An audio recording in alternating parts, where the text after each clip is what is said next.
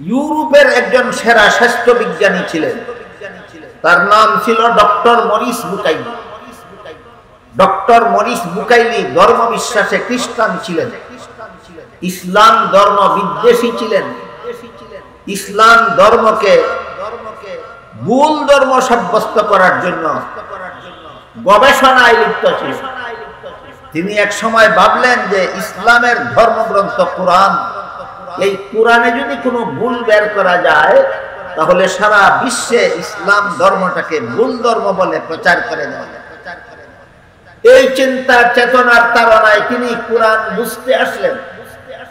কোরআন বুঝতে এসে দেখলেন আরবি ভাষায় পারদর্শিতা অর্জন করা ছাড়া কোরআন বোঝা সম্ভব না।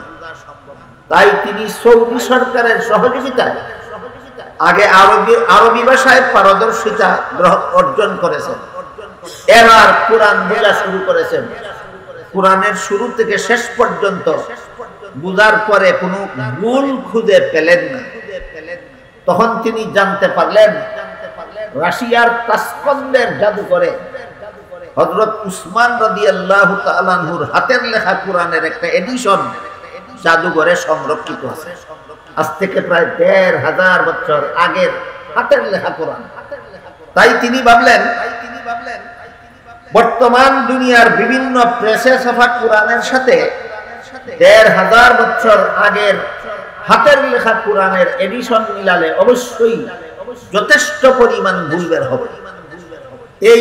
এই মনোভাব নিয়ে তিনি তাসকন্দের জাদুঘরে হযরত উসমান রাদিয়াল্লাহু আনহুর হাতের লেখা কোরআনের এডিশনের সাথে মিলিয়ে দেখলেন সেই কোরআনে আর এই কোরআনে একটা কথার মধ্যেও কোনো ব্যবধান নাই, একটা শব্দের মধ্যেও কোনো ব্যবধান নাই, একটা অক্ষরের মধ্যেও কোনো ব্যবধান নাই, একটা নুক্তার মধ্যেও কোনো ব্যবধান নাই, একটা জের জবরের মধ্যেও কোনো ব্যবধান নাই।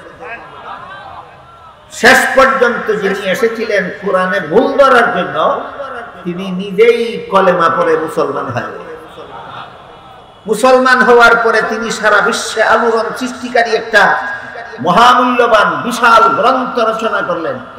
তার রচিত সেই গ্রন্থের নাম ছিল the Bible and the Quran and the science. এর বাংলা অনুবাদও হয়েছে। অনুদিত বাংলা গ্রন্থটির নাম বাইবেল কোরআন ও বিজ্ঞান।